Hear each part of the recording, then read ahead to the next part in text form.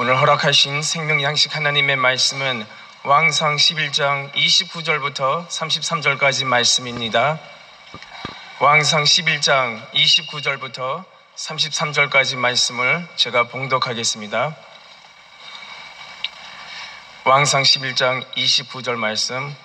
그쯤에 여로보암이 예루살렘에서 나갈 때에 실로 사람 선지자 아히야가 길에서 저를 만나니 아히야가 새 의복을 입었고 그 두 사람만 들에 있었더라. 아히야가 그 입은 새 옷을 잡아 12조각에 찢고 여로보암에게 이르되 너는 10조각을 취하라. 이스라엘 하나님 여호와의 말씀이 내가 이 나라를 솔로몬의 손에서 찢어 빼앗아 10지파를 내게 주고 오직 내 종 다윗을 위하고 이스라엘 모든 지파 중에서 뺀 성 예루살렘을 위하여 한 지파를 솔로몬에게 주리니 이는 저희가 나를 버리고 시돈 사람의 여신 아스다롯과 모압의 신 그모스와 암몬 자손의 신 밀곰을 숭배하며 그 아비 다윗의 행함같이 아니하여 내 길로 행치 아니하며 나 보기에 정직한 일과 나의 법도와 나의 율례를 행치 아니함이니라. 이는 하나님의 말씀이니라. 아멘. 자, 오늘은요 열왕 구속사 32번째 시간입니다. 열왕의 구속사 32번째 시간으로 이제 오늘부터 특별히 남유다가 아니라 북이스라엘에 대해서 공부하도록 하겠습니다. 이 북이스라엘의 첫 번째 왕이 여로보암이에요. 그래서 오늘 여로보암 왕에 대해서 첫 번째 시간으로 공부를 해보도록 하겠습니다. 자, 먼저 우리가 여로보암 왕의 연대를 정리를 해보겠습니다. 여로보암 왕이 어느 시대에 살았는지 살펴보도록 하겠습니다. 원래 솔로몬이라는 왕이 통일 왕국의 마지막 왕이었죠. 그래서 솔로몬은 주전 970년부터 주전 930년까지 40년 동안 통치를 하였습니다. 그리고 이제 솔로몬이 죽은 다음에 나라가 두 개로 쪼개졌죠. 그래서 남쪽 유다 그리고 북쪽 이스라엘 이렇게 나라가 두 개로 쪼개졌어요. 그래서 솔로몬 다음에 이제 왕이 된 사람이 남쪽 유다의 르호보암이었죠. 그래서 르호보암은 주전 930년부터 주전 913년 하반기 B까지 통치를 하였죠. 그 다음에 르호보암 다음에 아비야가 왕이 됐었죠. 아비야 또는 아비얌이라고도 하죠. 그래서 주전 913년부터 주전 910년까지 아비야가 통치를 하였습니다. 이게 이제 남쪽 유다의 역사죠. 그러면 이 즈음에 북쪽 이스라엘에는 누가 왕이 됐느냐? 북쪽 이스라엘의 왕이 된 사람은 여로보암이에요. 여로보암. 그래서 여로보암 왕은 주전 930년부터 909년까지 22년 동안 통치를 하였습니다. 그래서 이렇게 남쪽 유다는 르호보암 왕과 아비야가 통치하고 있었고 그 기간에 북쪽 이스라엘은 여로보암 왕이 통치를 하고 있었습니다. 그래서 주전 930년부터 주전 909년까지 22년 동안 여로보암 왕이 통치를 하였죠. 자, 이 말씀이 열왕기상 14장 20절에 기록되어 있어요. 자, 한번 찾아보겠습니다.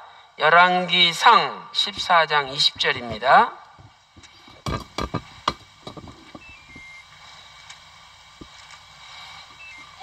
열왕기상 14장 20절.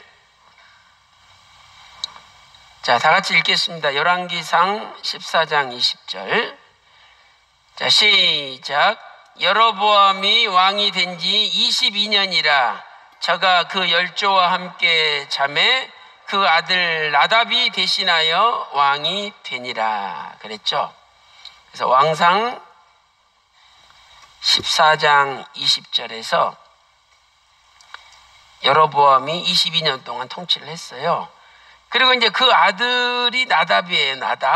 나답이 통치를 하는데 나답은 1년 통치하고 죽어요. 주전 909년부터 908년까지 1년 통치를 하죠. 그래서 전체 북이스라엘은요, 남쪽 유다는 다윗 왕조 한 왕조였어요. 그런데 북쪽 이스라엘은 총 9왕조가 있었어요. 9왕조. 그런데 총 9왕조 가운데 여로보암 왕은 제1왕조 첫 번째 왕이었죠. 제1왕조의 첫 번째 왕이 여로보암이에요. 나답은 제1왕조의 이제 두 번째 왕이 되는 거죠. 그래서 총 9개의 왕조가 북이스라엘에 있었다는 것을 알 수 있습니다. 자, 그 다음에 이제 두 번째로요, 이 여로보암의 이름의 뜻에 대해서 우리가 살펴보겠습니다. 여로보암. 자, 여로보암은 이제 한국말이고요. 이것을 우리가 히브리어로 표기하면 야라부암이라고 불러요. 야라부암. 야라부암.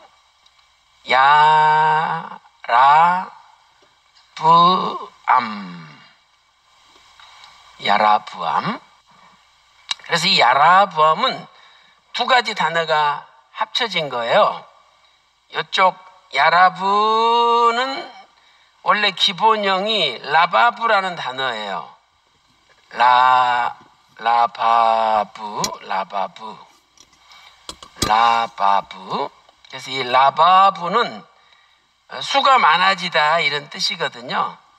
수가 많아지다. 라바부. 그 다음에 이제 이 암은 백성이란 뜻이죠. 백성. 그래서 여로보암, 히브리어로 야라부암의 뜻은 백성의 숫자가 많아지다 이런 뜻이에요. 그러니까 이 여로보암은 하나님의 백성의 숫자가 많아지도록 인생을 살아야 되는데 하나님의 백성의 숫자보다는 자기 백성의 숫자가 많도록 살았다는 거죠. 그러니까 오늘 하나님의 성을 쌓아야 되는데 자기 성을 쌓았다는 거예요. 오늘 우리도 마찬가지예요. 나를 따르는 사람들이 많아. 그러면 나 따르는 사람이 몇 명이야? 그러면서 어깨에다가 힘을 주고 자기를 자랑하죠. 그것은 잘못된 인생이에요. 하나님을 따르는 사람, 예수님을 따르는 사람, 성령님을 따르는 사람이 많게 해야지. 자기 따르는 사람이 많도록 해가지고 그냥 자기 수하에 여러 사람 두고 다 자기 따라다니게 만들고 자기가 보스, 왕이 돼가지고 왕 노릇하고 이래서는 안 된다는 거예요. 그래서 오늘 여러분들도 여러분을 따르는 사람의 숫자가 많아지는 인생을 살지 말고 아버지 하나님을 따르는 사람들이 많아지는 인생을 사시기를 바랍니다. 그때 하나님께 영광 돌리고 하나님이 기뻐하시는 거예요. 자, 이렇게 해서 우리가 이름의 뜻을 살펴봤고요. 세 번째는 이제 여로보암이 어떤 삶을 살았는지 여로보암의 생애에 대해서 살펴보도록 하겠습니다. 자, 여로보암은 원래는 솔로몬의 신복이었어요. 이 솔로몬 왕의 신복이었죠. 솔로몬의 신복으로서 나중에 북이스라엘의 첫 번째 왕이 된 거죠. 첫 번째 왕이 되었다. 그래서 이 여로보암은 어떤 사람이었냐면요, 첫째로 솔로몬의 신복이었죠. 이 신복이란 말은 솔로몬의 종이었다 이 말이에요. 종. 에베드. 그래서 솔로몬을 따르는, 주인처럼 따르는 종이었어요. 그래서 솔로몬이 무슨 말 할 때는 무조건 순종하는 종이었죠. 그 다음에 이 여로보암은 큰 용사였어요. 큰 용사. 아주 싸움을 잘해요. 그래서 솔로몬이 자기 부하로 쓴 거죠. 그 다음에 세 번째로 여로보암은 굉장히 부지런한 사람이었어요. 부지런함. 그래서 이렇게 성을 쌓는데 감독을 시켰는데 그냥 새벽부터 밤늦게까지 잠자지 않고 감독하고 일을 열심히 해서 솔로몬 왕 눈에 든 거죠. 근데 문제는 뭐냐? 이 사람은 하나님을 제대로 믿는 사람이 아니에요. 그러니까 인간적으로 볼 때는 아주 훌륭한 사람이에요. 뭐 명령하면 예, 알겠습니다. 즉시 탁 하고, 그 다음에 싸움도 잘하고, 얼마나 부지런해가지고 아침부터 밤늦게까지 일을 잘하는 거죠. 그러니까 인간적으로 볼 때는 아주 마음에 쏙 드는 사람이에요. 그런데 문제는 뭐냐? 하나님을 믿지 않고 하나님보다 자기 명예심이 강한 사람이에요. 그래서 솔로몬, 내가 지금 네 밑에 있지만 언젠가는 내가 왕이 될 거다 하는 야심이 많은 사람이에요. 그러니까 교회는요, 하나님의 종이 많아야지, 야심이 많은 사람이 교회에 많으면은요, 교회가 안 되는 거예요. 교회는 인간의 야망, 인간의 야심을 성취하는 곳이 아닙니다. 교회는 아버지의 뜻이 성취되는 곳이에요. 그래서 오늘 여러분 속에 혹시 야심이 있고 야망이 있다면 그거 다 버리세요. 다 그거 쓸데없는 겁니다. 나중에는 깨끗 망하는 거예요. 자, 우리 열왕기상 오늘 본문 11장 26절부터 28절까지 읽어보도록 하겠습니다. 자, 앞쪽에 있죠? 열왕기상 11장 26절부터 28절까지 보겠습니다. 자, 열왕기상 11장 26절 시작. 솔로몬의 신복 느밧의 아들 여로보암이 또한 손을 들어 왕을 대적하였으니 저는 에브라임 족속인 스레다 사람이요 그 어미의 이름은 스루아니 과부더라, 이렇게 말씀하고 있죠. 그래서 솔로몬의 신복이었는데 결국 솔로몬을 배신하잖아요. 그 다음에 28절, 그 아래쪽에 28절 볼까요? 시작. 이 사람 여로보암은 큰 용사라. 솔로몬이 이 소년의 부지런함을 보고 세워 요셉 족속의 역사를 감독하게 하였더니, 그랬죠. 큰 용사고 부지런한 사람이었어요. 그래서 이 아히야라는 선지자가 있었어요. 이 아히야가 새 옷을 입었는데 이 새 옷을 벗어가지고 쫙 찢은 거예요. 12조각으로. 그러니까 옷이 이제 2조각과 10조각, 총 12조각이 있는데 이 10조각을 여로보암한테 줬어요. 이 말은 뭐냐? 네가 이스라엘 12지파 가운데 앞으로 10지파의 왕이 된다는 거예요. 그래서 이 2조각, 2지파가 뭔 지파죠? 예. 유다 지파하고 베냐민 지파죠. 유다 지파하고 베냐민 지파, 이 두 지파가 남쪽 유다라는 나라를 형성하게 된 거예요. 그리고 나머지 10지파가 이제 북이스라엘이 된 거죠. 그래서 그 북이스라엘의 첫 번째 왕이 여로보암이 됐어요. 자, 그 밑에 왕상 11장 29절부터 31절까지를 한번 보겠습니다. 자, 교독하겠습니다.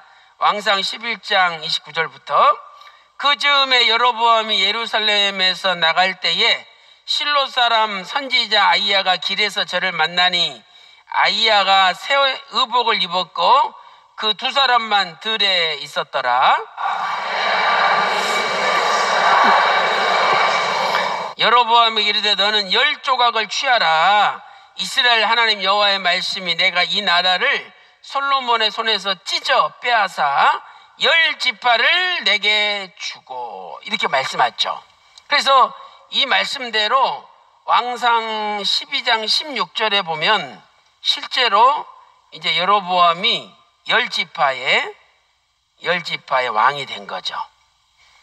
10지파의 왕이 되었어요. 그래서 이 여로보암이 왕이 된 과정을 우리가 살펴보았습니다.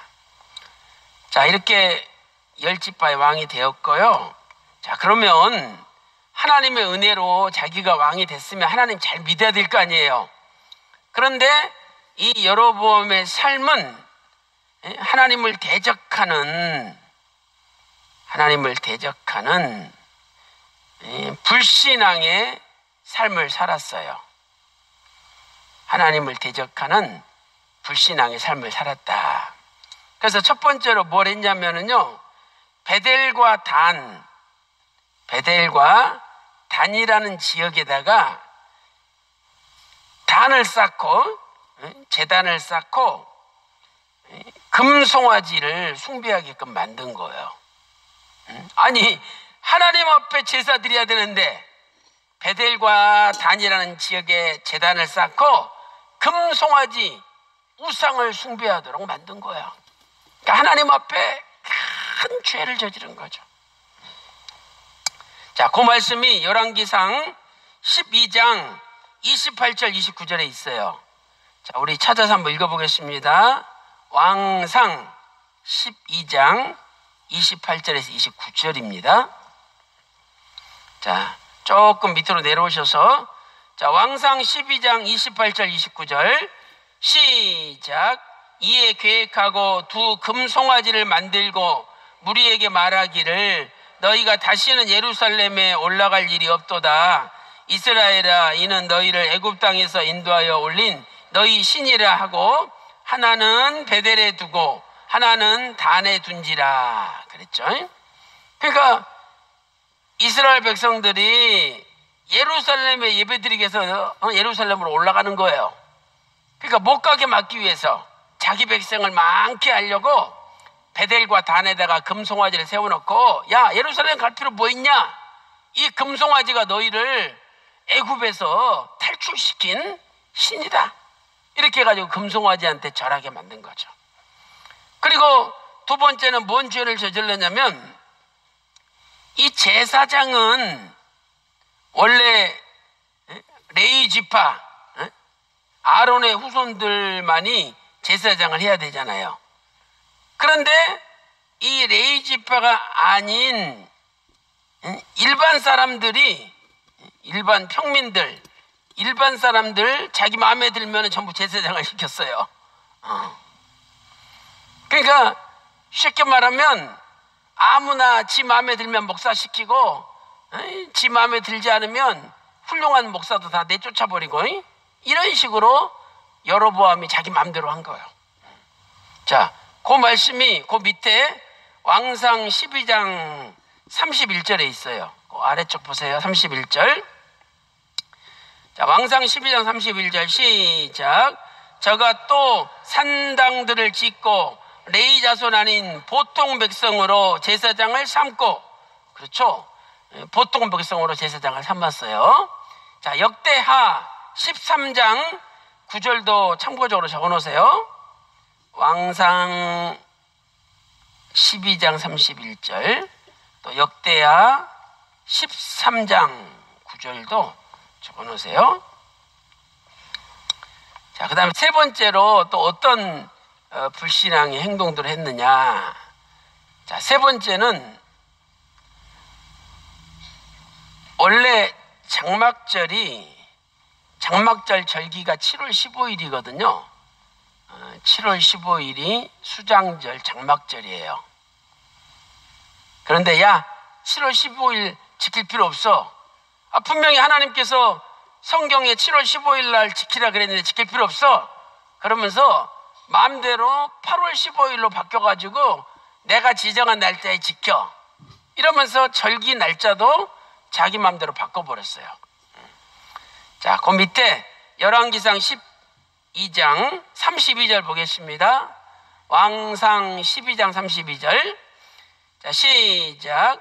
8월 곧 그달 15일로 절기를 정하여 유다의 절기와 비슷하게 하고 단에 올라가되 베델에서 그와 같이 행하여 그 만든 송아지에게 제사를 드렸으며 그 지은 산당의 제사장은 베델에서 세웠더라. 33절 시작. 저가 자기 마음대로 정한 달 8월 15일로 이스라엘 자손을 위하여 절기로 정하고 베델의 쌓은 단에 올라가서 분향하였더라. 이렇게 말씀하고 있죠. 그래서 이렇게 왕상 12장 32절 33절에서 절기를 마음대로 바꿔버렸어요. 자, 그 다음에 네 번째로 하나님 앞에 어떤 죄를 저질렀느냐. 네 번째는요, 하나님께서 세운, 자, 이것은 그냥 네 번째로 하지 말고 큰 3번을 하겠습니다. 하나님의 무명의 선지자의 경고를 듣지 않았다. 하나님의 무명의 선지자의 경고를 듣지 않았다.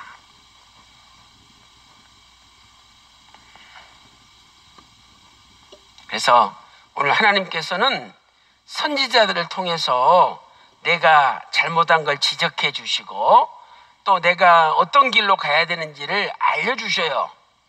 그런데 그 하나님의 선지자 말을 마음에 받아들여야 되는데 꽃같게 생각하고 내팽개치면은요 결국은 망한다는 거죠.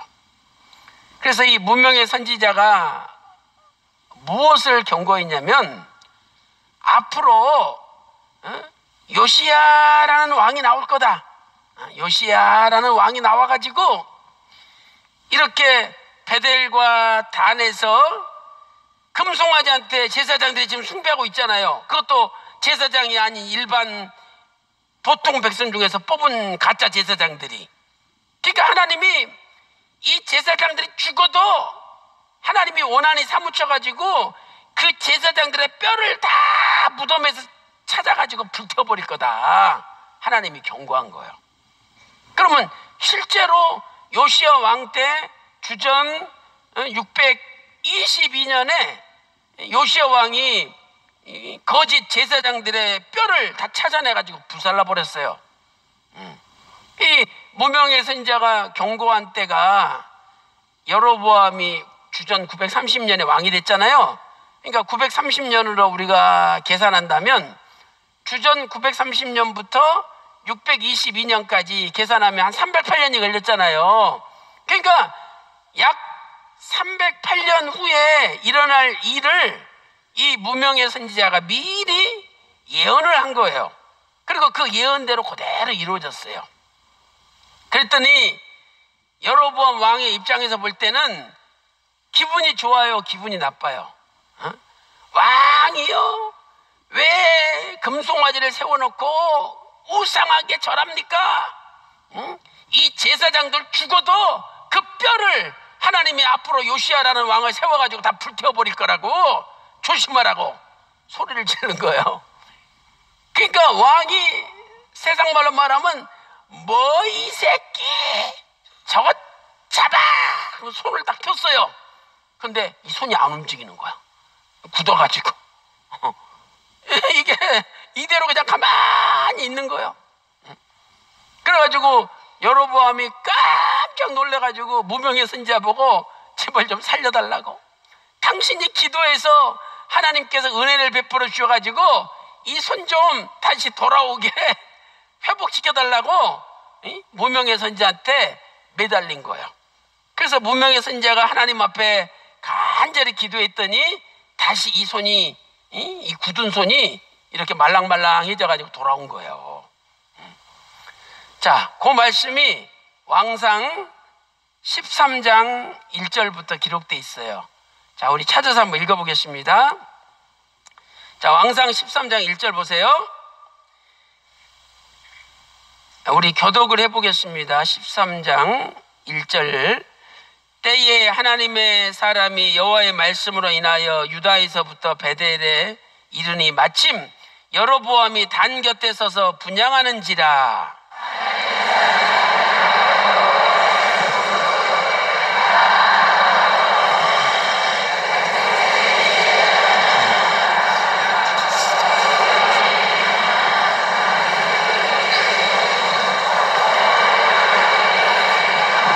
네.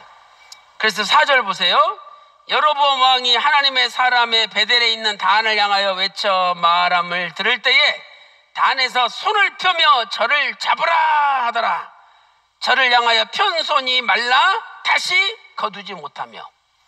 그리고 이 예배드리던 단이 쫙 갈라지면서 짐승을 태워 바칠 때 재가 있을 거 아니야. 재가 막 다 쏟아진 거예요. 자, 5절 보세요. 하나님의 사람의 여호와의 말씀으로 보인 예조대로 단이 갈라지며 재가 단에서 쏟아진지라. 자, 6절. 왕이 하나님의 사람에게 말하여 가로되 청컨대 너는 나를 위하여 네 하나님 여호와께 은혜를 구하여 내 손으로 다시 성하게 기도하라. 하나님의 사람이 여호와께 은혜를 구하니 왕의 손이 다시 성하여 전과 같이 되니라. 이렇게 말씀하고 있죠. 그래서 우리가 6절까지 읽어봤는데 이렇게 여로보암 왕이 회개를 했지만은 이것은 일시적인 회개에 불과했어요. 왜? 자기 손이 말라가지고 공중에 둥둥 떠 있으니까 평생 이렇게 살아야 되잖아요. 그래서 잠시 회개한 것 뿐이에요.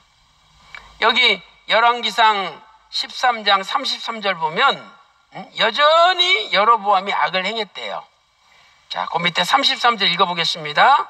왕상 13장 33절 다 같이 읽겠습니다. 시작. 여로보암이 이 일 후에도 그 악한 길에서 떠나 돌이키지 아니하고 다시 보통 백성으로 산당의 제사장을 삼되 누구든지 자원하면 그 사람으로 산당의 제사장을 삼았으므로 이 후에도 그 악한 길에서 떠나지 않았대요. 그러니까 악인은요, 그때는 잠시 뉘치는 것 같아도 절대 그 악한 길에서 떠나지 않는다는 거예요. 그래서 하나님께서 말년에 이 여로보암이 전쟁에서, 남쪽 유다와의 전쟁에서 크게 패배하게끔 만드신 거예요. 그래서 네 번째 생애를 보겠습니다.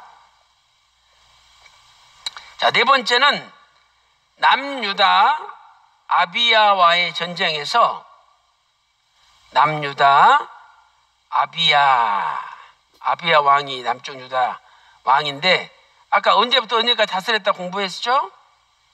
주전 913년 B부터 910년까지 통치를 했죠. 그러니까 주전 13년 B는요, 여로보암이 왕이 된 지 18년째예요. 여로보암 왕이 된 지 18년에 아비야가 왕이 됐어요. 그런데 이 아비야와의 전쟁에서 대패를 한 거예요.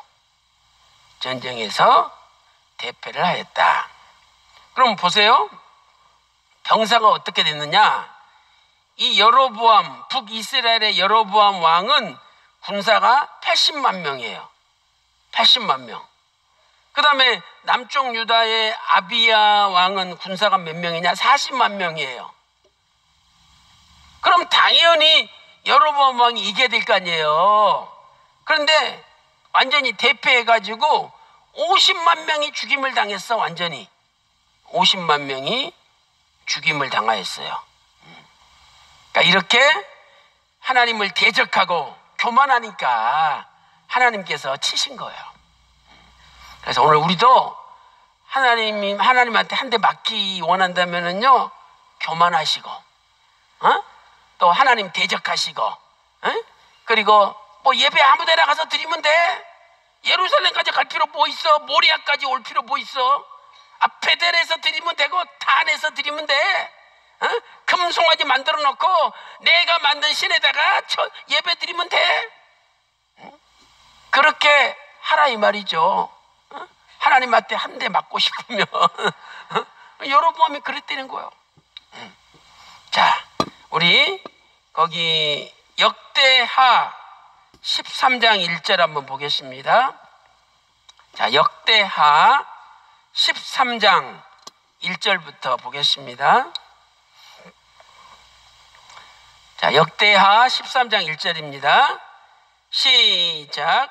여로보암 왕 제18년에 아비야가 유다 왕이 되고, 여기 18년 나오죠? 자, 그 다음에 3절을 보세요. 3절, 그 다음에 17절 보겠습니다. 자, 3절 시작.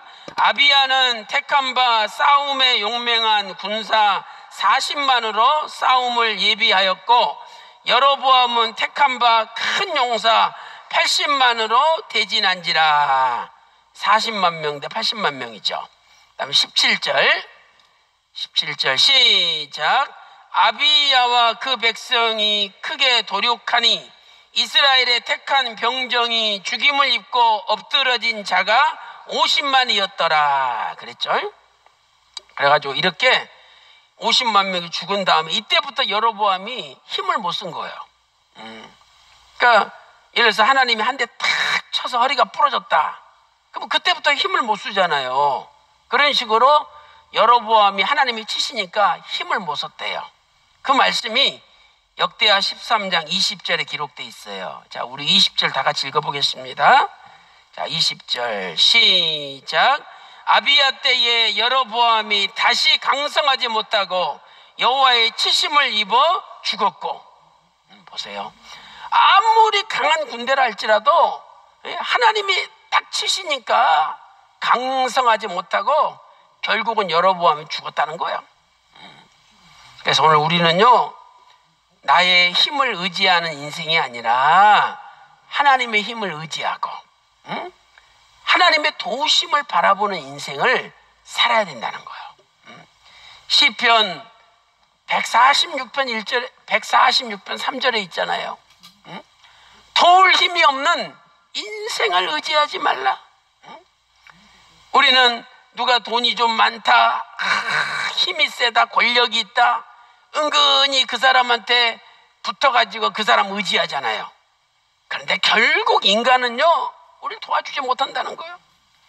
그래서 도울 힘이 없는 인생을 의지하지 말라는 거예요. 시편 18편 1절 2절에는 하나님이 나의 힘이시요 하나님이 나의 방패시라고 시편 18편 1절 2절에 말씀하고 있는 거예요. 하나님 의지하지 않는 사람은요, 기도 안 합니다. 막 간절히 통성 기도할 때 눈 뜨고 누가 어떻게 하는가 이렇게 쳐다봐요. 기도 안 해요. 하나님 의지하지 않는 사람은요, 자기 생각대로 사는 거지 진심으로 하나님 의지하지 않는 거예요. 물론 눈은 감죠. 기도는 하죠. 겉으로 볼 때 저 사람 참 하나님 의지하는구나 이렇게 보여요. 그러나 하나님은 그분의 중심을 보잖아요. 그러니까 중심이 진실하지 못해. 지 욕심 채우고 자기 욕망을 채우고 자기가 원하는 어떤 계획을 이루기 위해서 기도하는 거지 진심으로 하나님의 영광을 나타내기 위해서 기도하는 게 아니에요. 그러니까 하나님이 가까이 하지 않습니다.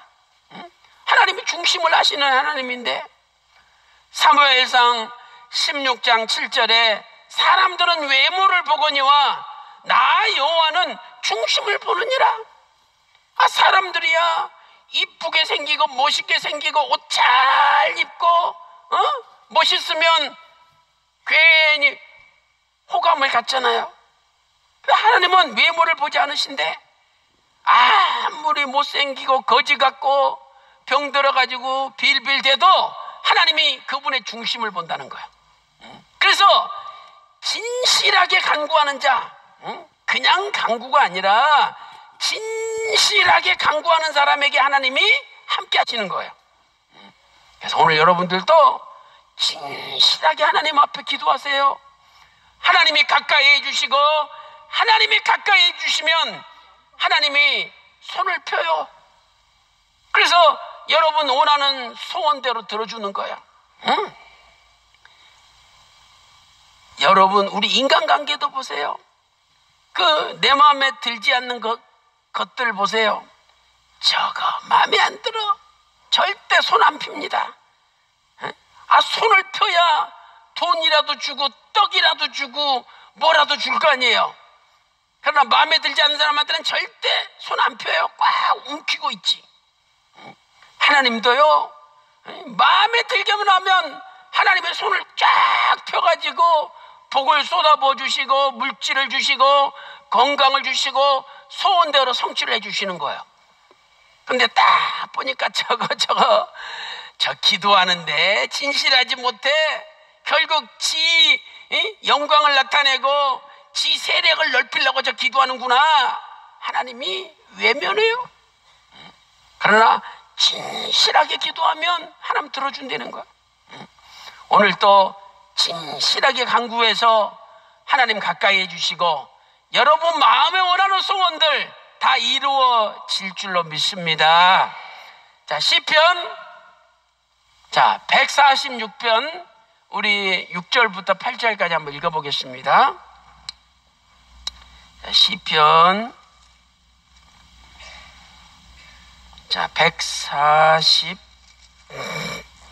5편이네요. 5편 145편 죄송해요. 145편 16절부터 18절. 자, 시편 145편 16절부터 18절까지입니다. 자, 시작. 손을 펴사 모든 생물의 소원을 만족케 하시나이다.